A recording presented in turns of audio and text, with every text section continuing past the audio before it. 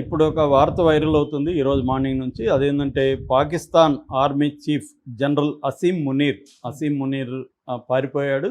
So London కానీ New Jersey కానీ పారిపోయాడన్న వార్తలు అయితే వైరల్ అవుతున్నాయి. బట్ దీన్ని పాకిస్తాన్ మీడియా, ముఖ్యంగా డాన్ అని వాళ్ళ అఫీషియల్ మీడియా ఉంది, వాళ్ళు ఖండిస్తున్నారు పాకిస్తాన్ నుంచి మునీర్ పారిపోలేదని. ఎందుకంటే మునీర్ ఈ పహల్గామ్ అటాక్కు 2 రోజుల ముందు ఆయన చాలా తీవ్రమైన కామెంట్స్ చేశాడు.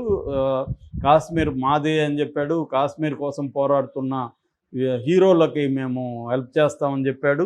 అట్లాగే హిందువులు, ముస్లింలు అన్ని విషయాల్లో వేరు అన్నాడు. ఇలాగ ఆయన చాలా దారుణంగా మాట్లాడాడు. ఆ తర్వాత జరిగిన తర్వాత అక్కడ వాళ్ళ సెక్యూరిటీ కౌన్సిల్ మీటింగుల్లో కానీ ఎక్కడ కానీ ఆయన మాట్లాడలేదు, సైలెంట్గా ఉన్నారు. అక్కడ మన ప్రధానమంత్రి షెహబాజ్ షరీఫ్ మాత్రమే మాట్లాడాడు తప్ప ఈయన సైలెంట్గా ఉన్నాడు. పైగా ఆయన మాట్లాడుతుంటే నోట్స్ రాసుకుంటున్నాడు. సో అంత రెచ్చగొట్టితో మాట్లాడిన వ్యక్తి ఇప్పుడు ఎందుకు సైలెంట్గా ఉన్నాడు అనేది ఒక డౌట్. రెండోది, యుద్ధం కానీ వస్తే, ఎందుకంటే మోడీ ఎప్పుడూ హెచ్చరించిన విధంగా హెచ్చరించాడు. ఆయన క్లియర్గా బీహార్ మీటింగ్లో ఏం చెప్పాడంటే, we identify, we trace and we punish every terrorist and their backers అనేది ఆయన క్లియర్గా చెప్పాడు. కలలో కూడా ఊహించని విధంగా మేము శిక్ష విధిస్తాము అనేది ఆయన చెప్పాడు. ఇది ఇప్పుడు ఒక పక్క పాకిస్తాన్కి, ఇండియాకి పరిస్థితుల్లో తేడాలు గమనిస్తే మనం ఇండియాలో మోడీ ప్రభుత్వానికి సంపూర్ణ మద్దతు ఉంది.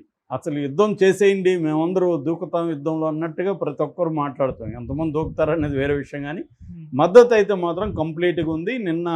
మొన్న జరిగిన 15 పార్టీల అఖిలపక్ష సమావేశంలో కూడా అందరూ కూడా మోడీ ప్రభుత్వానికి సపోర్ట్ చేస్తున్నాం, మీరు ఏ చర్యలు తీసుకున్నా మేము వీఆర్ విత్ యూ అని అంటున్నారు. ముస్లింలు కానీ, హిందువులు కానీ, వేరే మత అందరూ కూడా నిలబడుతున్నారు. కాశ్మీర్ అంతా కూడా ఏకమయ్యి 30 ఏళ్లలో ఎప్పుడూ లేనంత పెద్ద బంద్కి పిలిపించింది. బంద్లో సర్వజనులు పాల్గొన్నారు. సో ఇది మోడీకి దొరికిన ఒక మిలిటరీకి కూడా, మన మిలిటరీకి కూడా పెద్ద బూస్ట్ ఇస్తుంది. ఎందుకంటే ప్రతిపక్షాలు మొత్తం 140 కోట్ల భారతీయులు ఏకమై ఏకతాటి మీద నిలబడ్డారు. సో ఇది పాకిస్తాన్లో లేదు. పాకిస్తాన్లో ప్రతిపక్ష నాయకులు జైల్లో ఉన్నారు. ఇమ్రాన్ ఖాన్ జైల్లో ఉన్నాడు. ప్రతిపక్ష నాయకుల వాయిసే అక్కడ లేదు. తర్వాత అక్కడ బలమైన ఉద్యమాలు ఉన్నాయి. బలూచిస్తాన్ ఉద్యమం ఉంది. Balochistan Liberation Army last year Jaffar Express మీద దాడి చేసి దాదాపు 200 మందిని చంపింది. అందులో మిలిటరీ వాళ్ళు కూడా ఉన్నారు. మరోపక్క టీటీపీ అంటారు, తెహ్రిక్ ఈ తాలిబాన్ పాకిస్తాన్ అనే ఒక పార్టీ ఉంది, అది కూడా రెబల్ పార్టీ, అది జరుగుతుంది. ఖైబర్ పఖ్తూన్ఖ్వాలో అక్కడ రెబల్ జరుగుతుంది. మరోవైపు ఆఫ్ఘనిస్తాన్ నుంచి కూడా పెద్ద ఎత్తున ప్రమాదాలు ఎదుర్కొంటున్నారు. ఇది ఒక ప్రాబ్లం వాళ్ళకి. అంటే మిలిటరీ అక్కడ ఏంటంటే సివిల్ అడ్మినిస్ట్రేషన్ అనేది పప్పెట్, అక్కడ మిలిటరీ అడ్మినిస్ట్రేషనే ప్రధానంగా ఉంటుంది, మిలిటరీ కంట్రోల్లో ఉంటుంది. కానీ మిలిటరీకి వ్యతిరేకంగా ఈ మధ్య ప్రజలు తిరుగుబాట్లు బాగా పెరిగాయి. ప్రదర్శనలు, ముఖ్యంగా ఇమ్రాన్ ఖాన్ పార్టీ తరఫున ప్రదర్శనలు అనేవి దేశం అంతా పెద్ద ఎత్తున జరుగుతున్నాయి.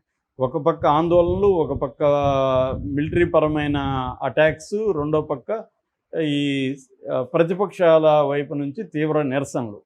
సో మొత్తం పాకిస్తాన్ని సపోర్ట్ చేయట్లేదు. ఎందుకంటే మనకి ఒక కారణం ఉంది. మన దేశంలోకి వచ్చి మన అమాయకమైన ప్రజల మీద దాడులు చేసి 26 మందిని చంపేసిపోయినారు. కాబట్టి మనకుండే ఆగ్రహం పాకిస్తాన్ వాళ్ళకి ఎందుకు, వీళ్ళు అనవసరంగా ఇండియాలోకి వేలు పెట్టి మనకి ఇబ్బంది కలిగిస్తున్నారన్న వ్యతిరేకత పెరిగింది. ఇప్పుడు సింధు నదుల ట్రీటీ ఏదైతే ఉందో, ఇండస్ వాటర్ ట్రీటీ, IWT, ఏదైతే ఉందో దాన్ని సస్పెండ్ చేయడం వల్ల పాకిస్తాన్ ప్రజలకి చాలా తీవ్ర నష్టం జరుగుతుంది. ఎందుకంటే 80% నుంచి 90% ఇరిగేషన్ ఈ 6 నదుల మీద డిపెండ్ అయింది.